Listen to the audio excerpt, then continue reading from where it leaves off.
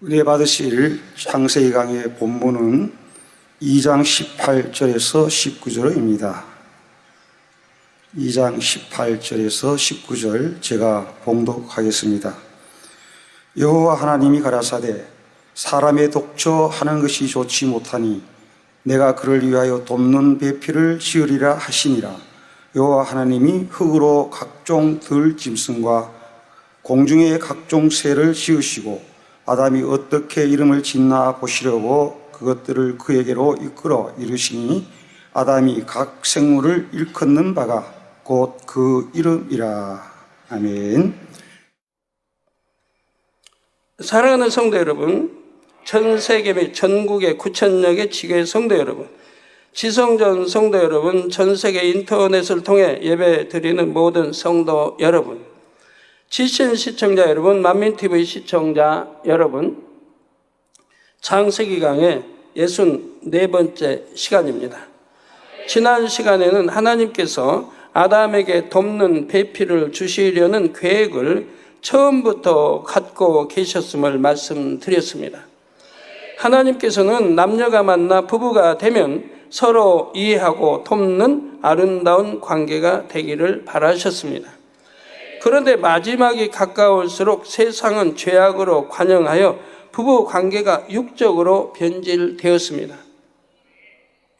마지막 때는 생육하고 번성할 때가 아니요 주님의 재림을 기다리며 영적인 신부단장을 해야 할 때입니다.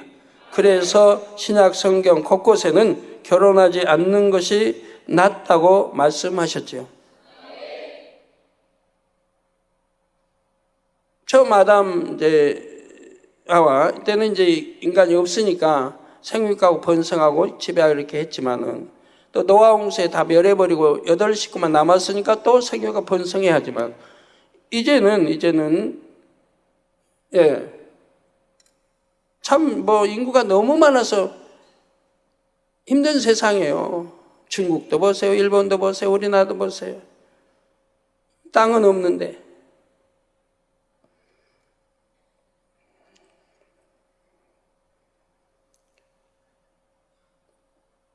이 시간에는 지난 시간에 이어서 왜 성경에서 결혼하지 않는 것이 더 낫다고 하시는지 말씀드리겠습니다. 첫째 이유는 고린도전서 7장 28절에 나온 대로 결혼하면 고난이 있기 때문입니다. 제가 이렇게 설교할 때 되면 꼭 자료를 주세요. 어떻게 그렇게 맞춰서 잘 주는지.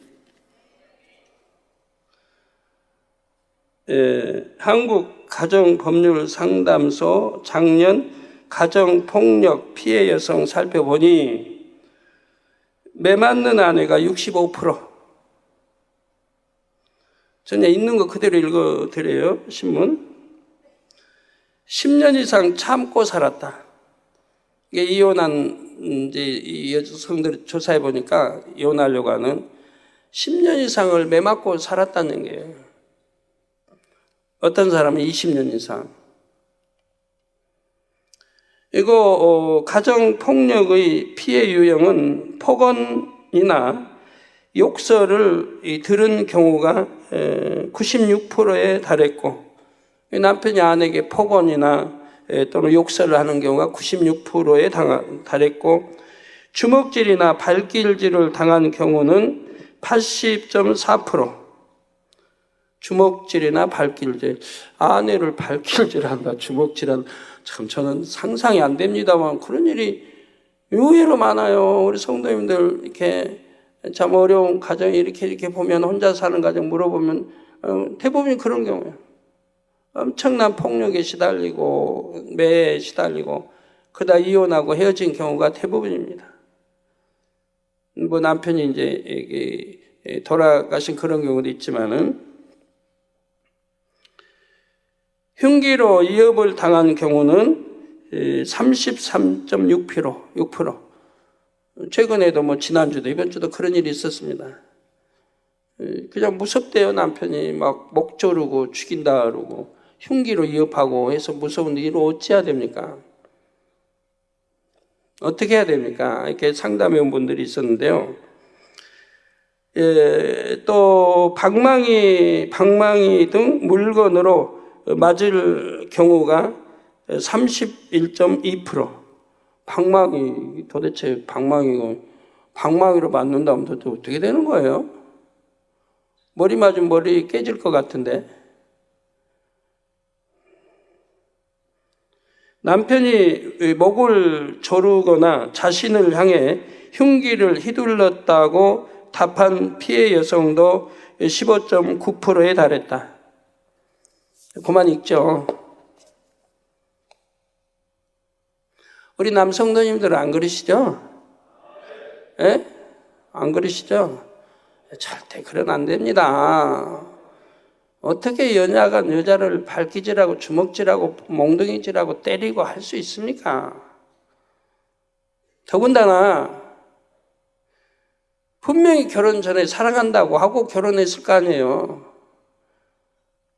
요즘은 또 이렇게 사귀었다가요, 헤어지기도 굉장히 어렵다고 그래요.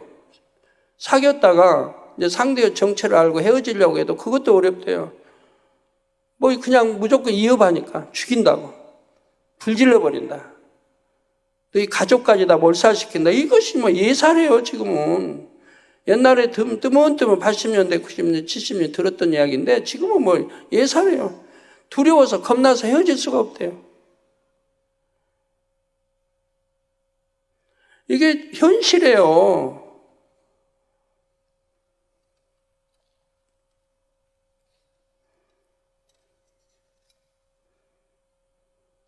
그래서 결혼하면 고난이 있기 때문이고, 그러나 장가가도 죄 짓는 것이 아니요 처녀가 시집가도 죄 짓는 것이 아니로되 이런 이들은 육신의 고난이 있으리니 나는 너희를 아끼노라 했습니다. 예나 오늘이나 부모가 딸을 시집 보내고 나면 하루하루 마음이 편치 않습니다. 귀하게 키운 딸이 보고 싶기도 하고 혹여 남편이나 시부모님은 눈밖에 나진 않는지 무슨 힘든 일은 없는지 늘 염려가 되지요. 저희 교회도 이제 결혼하고 자녀들 낳고 이혼한 경우 참 많이 있고요. 물론 우리 교회 오기 전의 일이었겠는데요. 이혼 당한 경우도 많고 대부분 또 남자들이 아내도 있고 자녀도 있는데 남자들이 바람 피워가지고 이혼한 경우도 꽤나 있습니다. 우리 교회도. 이혼당한 경우 또는 여자 편에서 이제 헤어지자 해서 이혼한 경우도 있고요. 저는 꽤 많이 알고 있습니다. 그래서 그런 가정들은 제가 최대한 아는 가정은 구제를 하려고 하는데요. 하고도 있고요. 너무 어려우니까 여자 혼자 살기가 너무 어렵다. 또 자녀들 중고등부 대학교 가르치는데 여자가 벌면 얼마나 벌겠어요. 여자분들이. 저하고 이제 상담하고 이렇게 하면은 그냥 쉴 새 없이 눈물을 내요. 펑펑 쏟아요. 과거를 얼마나 힘들게 살았으면. 근데 의외로 많은 거예요. 언제 다 찾아서 해결할 수도 없고 저는 최대한 찾으려고 합니다. 찾아서 어려운 사람들을 해결해 주려고. 또 이러니까 혹여 나도 여러분 그러지 마세요. 저는 도와줄 때 분명히 조건이 있습니다. 조건이. 예를 들어 어려운 가정 도와줄 때 그 가정 상황을 물어보게 됩니다. 어려우면 그 부모가 뭘 하고 있는지. 예를 들어 아빠가 교회 핍박하고 욕하고 교회를 핍박한다면 그런데 구제하지 않습니다. 구제하면 하나님을 대적한 사람 구제하면 오히려 화가 입죠. 그러니까 구제할 수 없어요. 또 그 가정이 아빠가 이런 가정이 예를 들어 노름했다, 술 먹고 맨 척이 한다. 그런 가정이라면 구제 못합니다. 그건 구제해주게 돼 있질 않아요. 그럼 오히려 화를 입어요. 구제 좀 도와주면. 어떤 가정 구제하냐? 부모도 지금 신앙생활 잘하고 있고 언제나 주일 지키고 언제나 11조 신앙생활 잘하고 있는데 예전에 진 부채들인 거예요. 지금은 신앙생활 잘하고 있고 예전에 진 부채. 예전에 이제 부채도 뭐 나쁜 무슨 나쁜 뭡니까? 뭐 노름을 해서 탕진했다는 게 그런 것이 아닌 잘 살아보려고 했는데 못 산 거죠. 잘 안 된 거죠. 그러나 이제 주님을 영접하고 말씀 안에 살면서 어렵게 이렇게 살아가는 가정이 있다고 하면 온전한 주일, 온전한 11조 하고 한다고 하면 그런 경우는 구제를 하고 있습니다. 열심히 신앙생활 하려고 하는데 뭔가 잘못돼서 어렵다고 하면 또 구제를 하고 있는 것이고요. 그래서 이번 주에도 그런 가정을 여러 가정을 찾아서 조금씩이나마 구제를 해드렸습니다. 저는 제 편에서 찾아요. 하나라도 더 어려운 성도 없도록 구제하려고.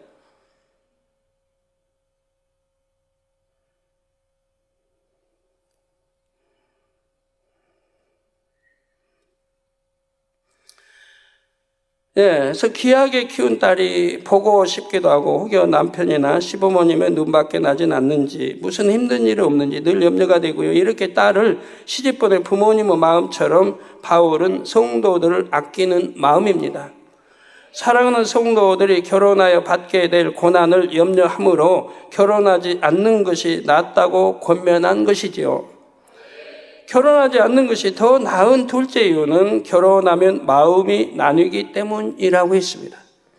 하나님께서 자녀들에게 원하시는 것은 하나님을 제일로 사랑하는 마음입니다. 우리 주님도 하나님을 첫째로 마음과 뜻과 힘, 정성, 생명을 다해 첫째로 사랑하라고 강조하시지 않았습니까? 마태복음 22장 37절에 예수께서 가라사대 내 마음을 다하고 목숨을 다하고 뜻을 다하여 주 너희 하나님을 사랑하라 말씀하셨지요. 마음과 목숨과 뜻을 다해 그리고 힘과 지혜와 정성을 다해 하나님을 사랑하는 자녀, 이런 자녀가 하나님께서 원하시는 참 자녀입니다. 주님을 사랑해서 결혼하지 않는 사람이라면 언제 어디서나 하나님을 생각하며 그 마음에 천국 소망만을 채우려 하겠지요. 반면 결혼을 하고 나면 대부분의 사람들은 마음이 나뉘게 됩니다. 고린도 전서 7장 32절 34절에 너희가 염려 없기를 원하노라. 장가 가지 않는 자는 주의 일을 염려하여 어찌하여야 주를 기쁘시게 할꼬 하되, 장가 가지 않는 자, 시집 가지 않는 자도 다 마찬가지입니다. 주의 일을 염려한다면 주의 일을 염려하여 어찌하여야 주를 기쁘시게 할꼬 하되. 이번 주 수요예배 이렇게 설교하신 목사님 그 간증도 나오지 않습니까? 하나님을 더 기쁘시게 하기 위해서 내 안에 간음기 음료, 나 이제 얼마나 금식하고 기도하면 싸웠겠어요. 안 되니까. 그렇게 이제 절단했을 때 그로부터 교회에 부흥이 오고 축복이 오고, 그래서 교회도 배가하는 이런 간증 설교를 이번 수요일에 들어보시지 않았습니까? 많은 이제 죄들이 있겠죠. 많은 그 중에서 또 가장 크단 죄 하나만 버려도 하나님이 이렇게 기뻐하신단 말이에요. 그런데 그런 죄를 가지고 목회를 해도 그렇고 뭐 하니, 그러니 항상 축복이 막혀 있는 것이고 부흥도 못하는 것이고, 주의 종이 가는 마음, 음욕을 품는다면 교회 부흥하기 어렵습니다. 전 너무 많이 알지 않습니까? 그래서 교회 부흥하기 어려워요. 그는 하나님과 가장 큰 죄의담이 지금 버리지 않고 있는데, 그러니까 교회가 부흥할 수 없는 거예요. 그리고 또 범죄가 나오고, 그래서 또 하나님과 담이 되고. 장가가지 않는 자는 주의 일을 염려하여 어찌하여 주를 기쁘시게 할꼬 하되, 장가간 자는 세상 일을 염려하여 어찌하여야 아내를 기쁘게 할꼬 하여 마음이 나누이며, 시집가지 않는 자와 처녀는 주의 일을 염려하여, 시집가지 않는 자와 처녀는 주의 일을 염려하여 몸과 영을 다 거룩하게 하려 하되, 몸도 거룩하게 또 영도 거룩하게 하려 하되, 시집간 자는 세상 일을 염려하여 어찌하여야 남편을 기쁘게 할꼬 하느니라 했죠. 그러니까 천국 새 삶에 가려면 어떻게 해야 된다는 답이 나오는, 그러니까 결혼하지 않는 것이 복되다고 사도 바울이 말씀한 거죠. 네, 새 삶 목적하고 가는 게 가장 큰 축복이니까. 마지막 때인데. 실제로 어떤 분들은 결혼 전에는 열심히 신앙생활을 했는데 결혼 후에는 변질되는 것을 봅니다. 사실 오늘날은 너무 많아요. 육적인 삶에 젖어들어서 기도를 쉬기 시작합니다. 그러면서 세상을 하나하나 취해 나가며 연단을 자초하지요. 이렇게까지 신앙이 변질되지는 않는다 해도 결혼하기 전과 후는 아무래도 차이가 납니다. 결혼 전에는 주님의 일만 생각할 수 있습니다. 이른 아침이나 저녁이나 늦은 밤이나 마음껏 주의 일을 할 수 있지요. 그러나 결혼 후에는 아무래도 가정에 매이게 됩니다. 그래서 교회 전에 보면 참 충성 열심히 하던 사람들 결혼하고 나면 이제 잘 눈에 띄질 않아요. 가정에 매이고 아기에게 매이고 남편에 매여서 주의 일은 너무 소홀히 등한히 하는 것을 보게 됩니다. 그러나 영원히 사는 천국을 생각한다고 하면 그렇게 신앙생활에서 내가 갈 곳이 어디겠는가? 답이 뻔히 나오는 건데, 배우자가 서로의 유익을 구하며 상대가 마음껏 하나님의 일을 할 수 있게 배려해 준다면 좀 낫습니다. 그러나 아무리 상대가 배려해 준다 해도 기본적으로 남편은 가정을 부양할 책임을 지게 됩니다. 또 아내는 남편과 가족을 섬겨야 할 책임이 생기고요. 저는 기도원장님이 집사람이 하나님이 일하는데 한 번도 방해해 본 일 없어요. 지금까지. 개척 전에도 가게를 그냥 열어놓고, 가게 그대로 열어놓고 그냥 신방 가요. 구역예배 인도하러 가요. 그것도 한 번도 왜 그러냐고 해본 일 없어요. 오히려 가게 하고 하게 하죠. 그러면 그때 조금만 이제 이수진 이명 이게 조금만 이제 그때는 애들이 이제 가게를 봤는데, 가게 보면 얼마나 보겠습니까? 사람 많을 때는요.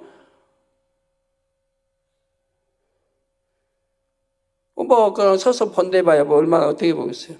그래도 그런 거 신경 쓰지 않았어요.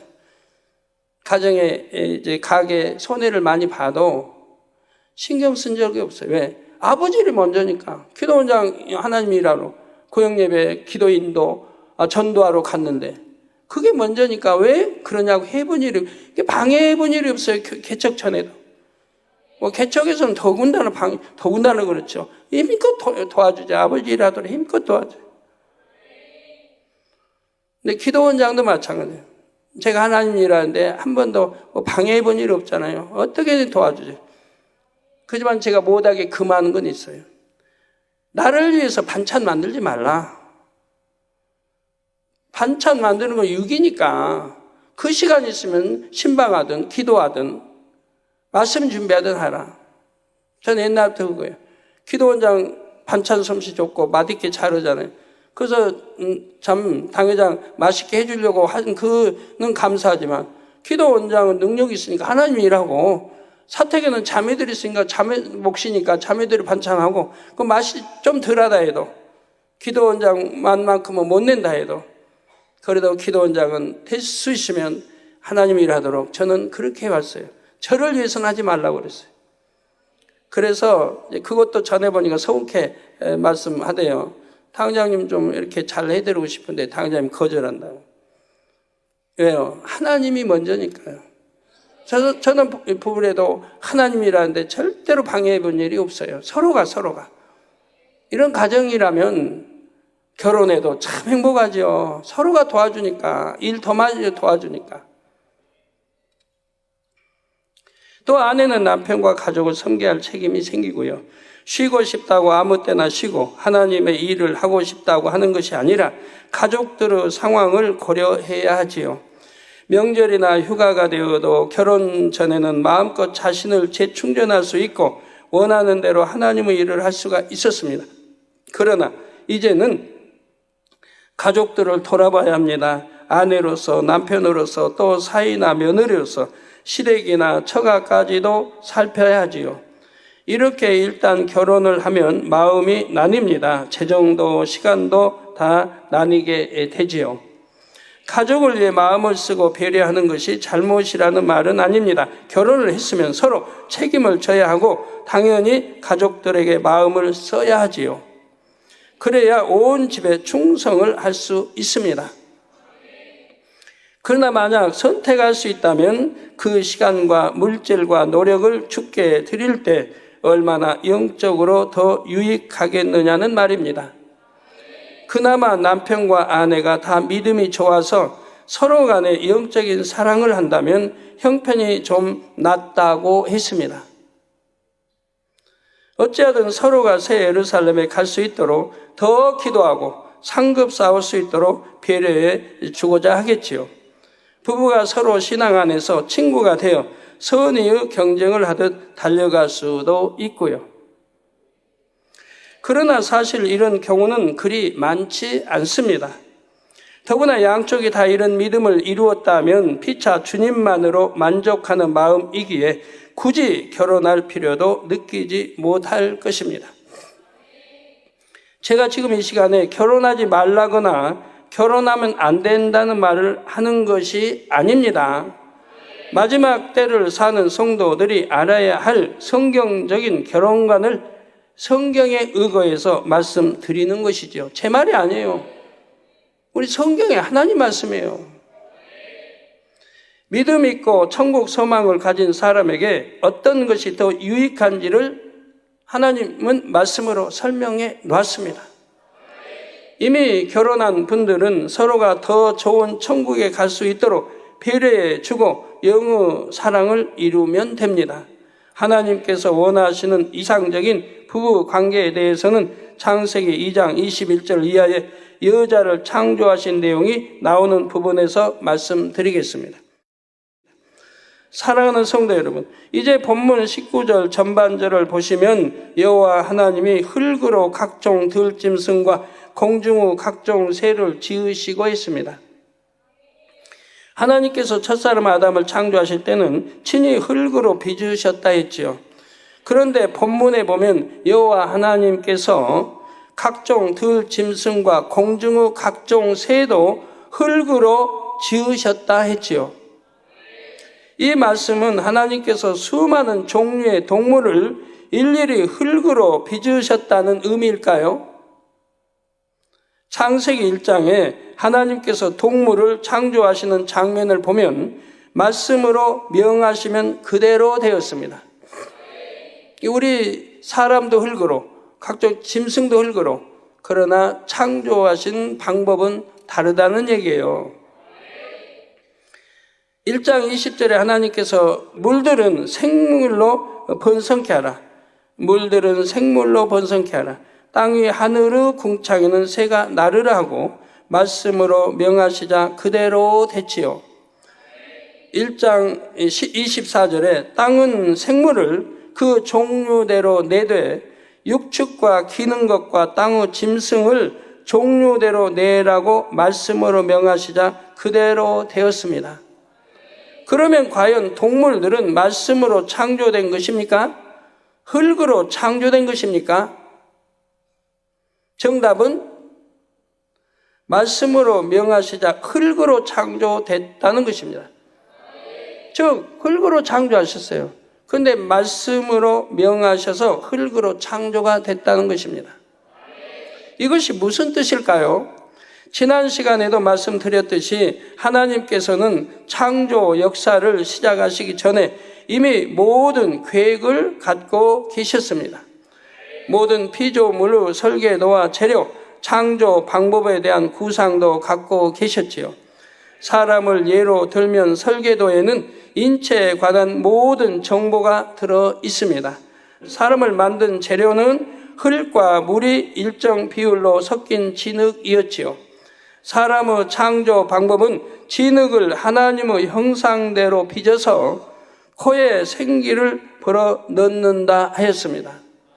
이처럼 모든 피조물에 대한 창조 계획이 하나님의 마음에 담겨 있었습니다. 지구상에는 현재 35만 여종의 식물과 100만 종이 넘는 동물이 있다고 합니다.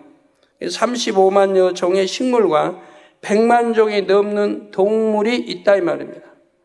이 수많은 종류의 식물과 동물의 설계도가 하나님의 마음에 다 담겨 있었지요. 그것들을 창조할 때 사용할 재료는 사람과 마찬가지로 흙과 물이었습니다. 자, 그런데 창조 방법은 사람을 창조할 때와 달랐습니다. 하나님께서 말씀을 소리로 발하시면 흙과 물이 그대로 순종을 했습니다. 이때 하나님께서 소리로 발하신 말씀 안에는 피조물들 각각의 설계도가 담겨 있었지요. 예를 들어 창세기 1장 11절에 식물을 창조하시는 장면이 나옵니다. 하나님이 가라사대 땅은 풀과 씨 맺는 채소와 각기 종류대로 씨 가진 열매 맺는 과목을 내라 하심에 그대로 되었다 했지요. 하나님께서는 식물을 크게 세 가지로 분류하셨고 땅에게 그렇게 내라고 명하셨습니다. 소리로 발하신 말씀은 단순했지만 말씀 안에는 모든 식물의 설계도가 담겨 있었지요. 그래서 땅은 그 설계도대로 모든 식물을 내었습니다. 이를 커피 자판기에 비유해 보겠습니다. 요즘은 커피 자판기에서도 다양한 종류의 커피를 뽑아 마실 수가 있지요. 저는 뽑아 먹어본 기억이 별로 없어서 모르겠는데 하여튼 들어서만 합니다. 자판기 안에는 다양한 종류의 커피를 만드는 재료가 들어 있습니다. 맞습니까? 사람들이 돈을 넣고 버튼을 누르면 원하는 종류의 커피가 만들어져 나옵니다. 이것은 자판기가 명령받은 신호대로 커피를 제조하도록 고안돼 있기 때문입니다. 그래서 여러분이 자판기 앞에서 밀크 커피를 누르면 밀크 커피가 나오고 블랙 커피를 누르면 블랙 커피가 나옵니다. 하나님께서 생물을 창조하시기 전 지구를 근본의 빛으로 두르고 생명수로 감싸 안으셨음을 기억하시는지요? 지구는 마치 양수 속의 태아처럼 생명체의 창조를 준비하고 있었습니다. 근본의 빛으로 두르셨을 때에 지구에는 자연의 법칙이 세워졌습니다. 이번 주에도 보니까 아르헨티나인가요? 에서 아주 거대한 UFO가 나타났더라고요. 보니까 굉장히 거대한 UFO가 30분인지 1시간이 얼마 동안 그냥 떠 있었던 거예요. 산 위에. 수백 사람이 보았다고 나와 있습니다. 네, 이런 일이 요즘 너무 자주 있어요. 곳곳에. 아예 그냥 뉴스감도 아닌 것 같고 제가 이렇게 읽어드리지는 않고 합니다만은 실제 상황입니다. 수백 사람이 본 것이 바로 나라에서 발표하고 또는 언론에서 그 나라 다 이렇게 방송도 나가고 하는 일이에요. 옛날 같으면 하면 조작이다, 그냥 새를 먹어야다, 이런데 이제는 그런 소리가 아마 쏙 들어가지 않았나 싶어요. 실제 상황인 거예요. 이런 것도 제가 옛날부터 말했잖아요. 옛날에 그런 말 하면 이단이라고 말들어요. 기독교에서 그런 말 하면 이단이라고. 2단 말 듣든 3단 말 듣든 저는 옛날부터 했어요. 왜? 사실이니까. 그래 지금은 이제 현실적으로 드러나고 있잖아요. 이제 사실이라고 하는 게 별로 이제 부인할 사람 아마 없을 거예요. 근본의 빛으로 두르셨을 때 지구에는 자연의 법칙이 세워졌습니다. 또 지구가 생명수에 잠김으로써 지구의 흙에 생명력이 깃들었지요. 지구의 물은 생명수였으므로 원래부터 생명력이 담겨 있었고요. 커피 자판기로 비유하면 모든 재료와 자동으로 커피를 조제하는 시스템이 구축된 것입니다. 그리고 자판기의 버튼을 누르듯이 하나님께서 말씀을 소리로 발하시면 그대로 창조 역사가 이루어졌습니다. 다섯째 날 물고기와 새의 창조, 여섯째 날 육지 동물의 창조도 마찬가지입니다. 모든 피조물의 원료는 근본의 빛과 생명력이 깃든 흙과 물입니다. 다만 피조물마다 흙의 종류, 흙과 물의 조성 비율 등이 달랐지요. 100만여 종의 동물들 각각의 설계도는 하나님의 마음 안에 모두 담겨 있었습니다. 모양이 다르고 다 다르지 않습니까? 그래도 다르지 않는 것이 있죠. 왜? 하나님은 모든 앞으로 나올 피조물들이 지옥 가지 않도록 하나님의 창조물이다. 우주, 만물, 동물, 식물 모든 것이 하나님의 창조물임을 만물의 영장 인간이 깨닫도록 창조를 했다는 얘기입니다. 그런데 이런 사실을 믿지 않고 진화를 주장하는 사람들은 얼마나 어리석은 사람들이에요. 즉 이렇게 많은 100만 종의 이 동물들 각각의 설계도는 하나님 마음에 담겨 있는데 거기에 이제 같은 게 뭐냐? 눈, 양눈, 코, 중앙, 콧구멍, 둘, 입, 양쪽 귀, 위장 들어가서 위장 소화해서 오장육부에서 항문 나온 것까지 서로 사랑하면 난자청 여기까지 통일하게 해놓으셨다 이 말이에요. 그 많은 종류를. 왜? 한 분, 유일하신 한 분, 창조자 한 분이라는 걸 알려주시는 거라면 이 하나님의 창조에 설계에 의해서 창조되어 나왔음을 명명팩팩 알려주는 거예요. 어느 누구도 변명하지 못하게. 그래서 노마술자에 나오지 않습니까? 나는 하나님 몰라서 못 믿었다고 심판날에 변명할 수 없다고 했습니다. 이런 자연에 이런 것만 보아도 창조자 하나님의 계심을 안다 이 말이에요. 하나님께서 그 설계도를 마음에 품으시고 말씀을 소리로 발하시면 그대로 창조되었습니다.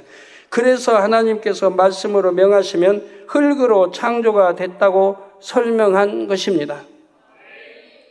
따라서 하나님이 흙으로 각종 들짐승과 공중의 각종 새를 지으셨다는 말씀은 일일이 손으로 빚으셨다는 뜻이 아닙니다. 첫사람 아담만은 하나님께서 친히 손으로 빚으셨지요.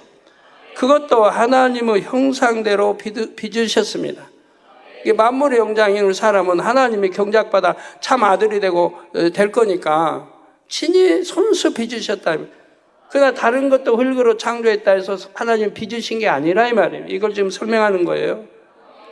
사람만은 만물의 영장으로 만드시고 하나님의 아들로 경작받아 아들로 태어나게 하시려니까 손수 빚으시고 이 사랑을 정성을 다 쏟으셨다는 거예요. 사람의 형상을 빚으시는 하나님의 손끝에서는 근본의 빛이 계속 나갔습니다. 하나님께서 사람의 머리를 만들면 머리 부분은 흙덩이가 아니요 곧바로 사람의 온전한 머리가 되었지요. 머리에서 목으로 그리고 몸통, 팔과 손, 다리와 발에 이르기까지 하나님의 손에서 나가는 근본의 빛에 의해 사람의 온전한 신체로 바뀌었습니다. 피부에서는 진흙과 같은 갈색 빛이 아니라 아름다운 우유빛이 났고요. 그런 다음 코에 생기를 불어넣으시자 아담은 살아서 움직이게 되었습니다. 이를 통해 하나님께서 사람을 다른 피조물과 달리 얼마나 큰 애정을 가지고 정성스럽게 창조하셨는지 알 수가 있지요. 하나님께서는 사람도 다른 동물들처럼 말씀으로 창조하실 수 있었습니다. 그러나 친히 손으로 빚으신 이유는 하나님의 각별한 사랑을 나타내신 것입니다. 성도 여러분, 인간 경작이 끝나고 주님께서 공중에 강림하실 때에 잠자는 영혼들, 즉 구원받고 죽은 영혼들의 몸이 부활하지요. 영혼은 주님과 함께 하늘에서 내려오고 그들의 몸은 이 땅에서 부활하여 올라갑니다. 그래서 올라가고 영혼은 내려오고 해서 공중에서 도킹한다 이 말이에요. 그 공중이 어디라고 설명했죠 옛날에? 공중이 어디예요? 눈에 보이는 공중? 아니면 어디예요? 예? 제2하늘 공중을 말합니다. 이때 오래전에 죽어서 썩음으로 형체도 없이 사라져 버린 몸이 어떻게 다시 부활할 수 있을까요? 하나님의 능력과 신성으로 가능합니다. 원래 사람의 몸을 조성했던 성분들은 분해되어 흙으로 돌아갔습니다. 흙으로 돌아가면 또 흙만 되겠어요. 오랜 세월이 들으면은 거기 피가 들어가고 빗물이 들어가고 하다 보면 빗물에 씻겨서 흘러서 강으로 바다로도 들어갔지요. 그런 것도 있을 거 아니겠습니까? 아니면 땅속으로 그냥 빗물을 이렇게 해서 땅속으로 해서 땅 속에 이렇게 있을 수도 있고요. 창세기 3장 19절 후반절에 하나님께서 아담에게 필경은 흙으로 돌아가리니 그 속에서 내가 취함을 입었음이라 너는 흙이니 흙으로 돌아갈 것이니라 말씀하신 대로이지요. 그렇다고 그 구성 성분들이 이 세상에서 사라진 것은 아닙니다. 흙으로 돌아갔을 뿐입니다. 그런데 부활 때가 되면 흙으로 돌아갔던 성분들이 하나님의 능력으로 한데 모여 부활의 몸을 조성하는 것입니다. 여러분, 하나님은 무엇이나 하실 수 있으니까 다 믿으시면 돼요. 오늘도 간증도 봐요. 부모도 유전해온 것인데 점점 얼굴에 커지고, 그리고 이게 그만 없어질 것도 아니고 병원에 가서 한다고 되는 것도 아니고 어떻게 해서 병원에서 어떻게 한다고 해도 또 재발될 수 있고 쉽지 않은 그런 거라 이 말입니다. 얼굴 저렇게 이마부터 얼굴 다 이렇게 저런 색이.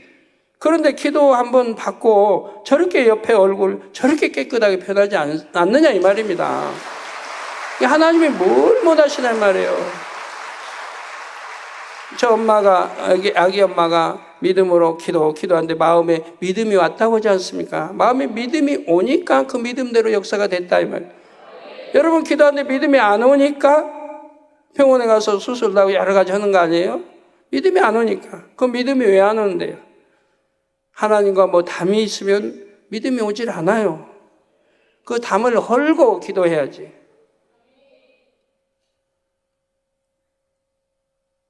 믿음에 따라 달라요. 만약에 아까 그 딸이 신앙생활 오래 해가지고 믿음의 3단계 반석쯤 있다. 그런데 하나님 어떤 담이 있다든가 하면은 응답받기 어렵습니다. 그 담을 다 헐고 그만큼 합당한 믿음을 내보여야 돼요. 근데 지금 그 딸은 아직까지는 아닌 상태에서 하나님의 합하게 믿음을 내보였고 믿음으로 기도했고 했기 때문에 마음에 믿음이 왔고 그 믿음대로 역사가 된 거란 말이에요. 하나님의 능력으로 한데 모여 부활의 몸을 조성하는 것입니다. 에스겔 37장의 마른 뼈들이 군대가 되는 방식도 이와 같습니다. 5절 8절에 주 여호와께서 이 뼈들에게 말씀하시기를 내가 생기로 너희에게 들어가게 하리니 너희가 살리라. 너희 위에 힘줄을 두고 살을 입히고 가죽으로 덮고 너희 속에 생기를 두리니 너희가 살리라. 또 나를 여호와인 줄 알리라 하셨다 하라. 이에 내가 명을 쫓아 대언하니 대언할 때 소리가 안 나고 움직이더니 이 뼈 저 뼈가 들어맞아서 뼈들이 서로 연락하더라. 내가 또 보니 그 뼈에 힙줄이 생기고 살이 오르며 그 위에 가죽이 덮이나 그 속에 생기는 없더라 했죠. 이 말씀은 비록 환상을 보고 기록하는 것이지만 부활 때 잠자는 자들의 몸도 이와 같은 방식으로 부활합니다. 뼈까지 완전히 분해되어 흙으로 돌아갔다 할지라도 다시 그 성분들이 모여서 뼈를 이루죠. 이게 모이라 하면 모인다 이 말이에요. 뼈야 모이라 하면 모이고 바다야 잠잠하면 잠잠하고 파도야 잠잠하라고 명하면 다 잠잠하더라 이 말입니다. 저도 그런 체험 너무 많이 해봤지 않습니까? 가스야 물러가라 하면 물러가고 잠자리야 모여라 하면 전 세계에서 모이고 수만 마리 한꺼번에 내려오라 하면 내려오고. 근데 그때 내려오라 해서 내려온 건 저는 사전에 해놨어요. 사전에 우리 하나님 설계도 해놓고 그냥 명령하니까 되듯이 저도 사전에 한 5월달 한 6월달쯤 되면 명하지요. 6월달쯤 너무 늦어도 안 돼요. 6월달쯤 6월 초쯤 되면 이제 명해 놓을 거예요. 가장 좋은 때 곳곳에 모여서 수만 마리씩 모여서 우리 성도들 수련회하는 장소마다 눈에 띄게 하늘에서 영의 공간 타고 하늘을 통해 내려오라고. 그리고 성도들 몸에 붙어서 또 모기, 금년에 벌써 모기 뉴스 났더라고요. 엄청난 모기떼가 나타났나 봐요. 그래서 저기 38 거기서 오지 않았나고 추측하던데요. 다 사전에 명해 놓은 거예요. 그럼 그대로 되어지는 거예요. 그때 명한 게 아니고. 그래서 저는 집에서 가만히 있어도 수련회 장소 안 가도 우리 수련회 하는 장소 곳곳마다 이미 사전에 한 달 전에 명해놨다 이 말이에요. 그럼 그대로 되어지는 거예요. 그런데 하나님은 뭘 못 하시겠어요? 뼈를 만들고 살을 다 명해 놓으시고 그대로 되어진다 이 말이에요. 그리고 죄종을 통해서 명하라 하신 거라 이 말이에요. 선지자를 통해서 명하라. 그리고 그의 힘줄이 생기고 살이 입혀지며 가죽으로 덮이면서 신령한 몸이 됩니다. 하나님께서 말씀으로 동식물을 창조하실 때도 바로 이 같은 방식으로 흙과 물이 조합되어 각각의 피조물이 생겨났다는 사실입니다. 사랑하는 성도 여러분, 에덴 동산의 동식물도 6일 창조 기간에 창조됐습니다. 에덴 동산에도 흙과 물이 있지요. 그 흙과 물이 원료가 되어 지구에서와 동일한 방식으로 에덴 동산의 동식물이 창조되었습니다. 에덴 동산에도 지구에서 볼 수 있는 온갖 종류의 들짐승과 새들이 있었습니다. 이 땅의 것들보다는 훨씬 아름답지요. 탄 지구에는 없고 에덴 동산에만 있었던 동물이 바로 공룡입니다. 그래서 공룡은 에덴 동산이라는 공간의 특수성을 나타내는 동물이었지요. 그런데 에덴 동산에는 지구의 흙으로 지어진 동물들도 있었습니다. 이게 지구의 흙으로 지어진 동물들도 있었다 이 말이에요. 하나님께서 아담을 지구에서 지으시고 에덴 동산으로 이끌어 들이실 때 아담과 함께 들이신 동물들이 있지요. 그 동물들은 근본 지구의 흙으로 지어졌는데도 에덴 동산에 잘 적응했습니다. 에덴 동산에서 지어진 동물들과 별 차이 없이 잘 살았지요. 아담도 지구의 흙으로 지어졌지만 에덴 동산에 잘 적응한 것처럼 동물들 중에도 그런 종류가 있었습니다. 이처럼 에덴 동산에는 지구의 흙으로 지어진 동물도 있고 에덴 동산의 흙으로 지어진 동물도 있었습니다. 그러나 외관상으로는 두 부류의 차이를 느낄 수가 없지요. 에덴 동산의 짐승들은 지금도 처음 창조되었을 때의 모습 그대로입니다. 종류마다 특색 있게 아름다운 외형과 온순한 성질을 가지고 있습니다. 반면에 지구의 동물들 중 일부는 아담의 범죄 이후 많이 변형됐지요. 지구에 악이 들어옴으로 인해 외형이 험상궂게 변하고 성질은 거칠고 사납게 바뀐 것들이 있습니다. 한편 지구와 에덴 동산뿐만 아니라 셋째 하늘의 천국에도 동물들이 있습니다. 하나님께서는 천사나 그룹처럼 천국의 동물도 말씀으로 창조하셨지요. 천국은 온전한 영의 세계이기 때문에 동물들도 흙으로 만들 필요가 없었습니다.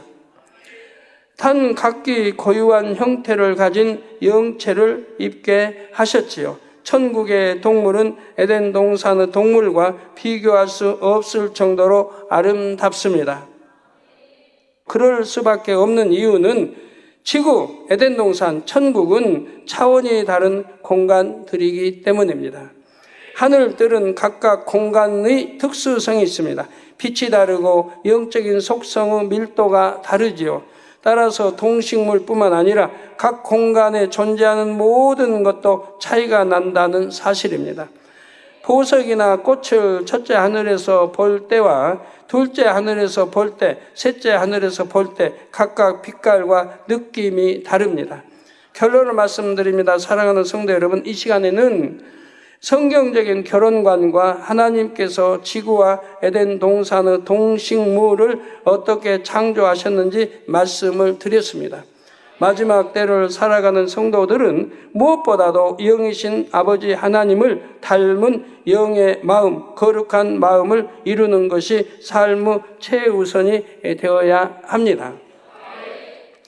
그래서 우리가 어떠한 때 살고 있는지 한 가지 비유를 들고 말씀을 마무리하겠습니다. 창세기 1장에서 살펴본 대로 지구가 먼저 창조됐고 꽤 시간이 흐른 후 6일 창조 역사가 있었습니다. 아담은 6일 창조 중 6째 날 창조됐고 에덴 동산에서 무수한 세월을 지냈습니다. 아담이 범죄하여 지구로 쫓겨나면서부터 인간 경작이 시작됐지요.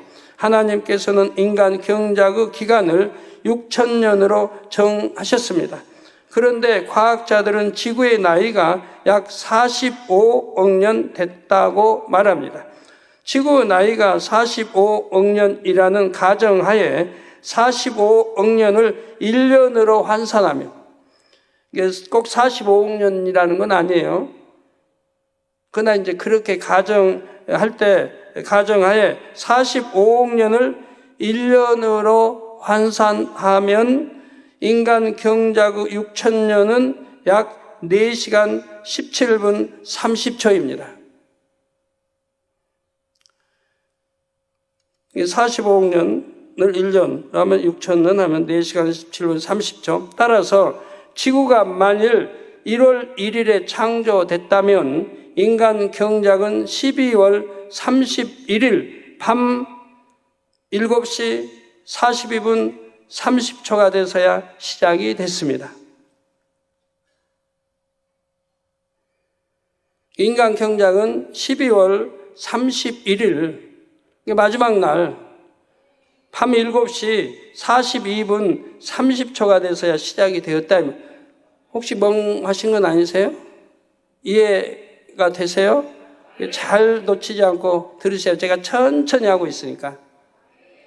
그리고 인간 경작의 기간이 거의 찬 지금은 12월 31일 밤 11시 59분 59초도 지난 시점이지요.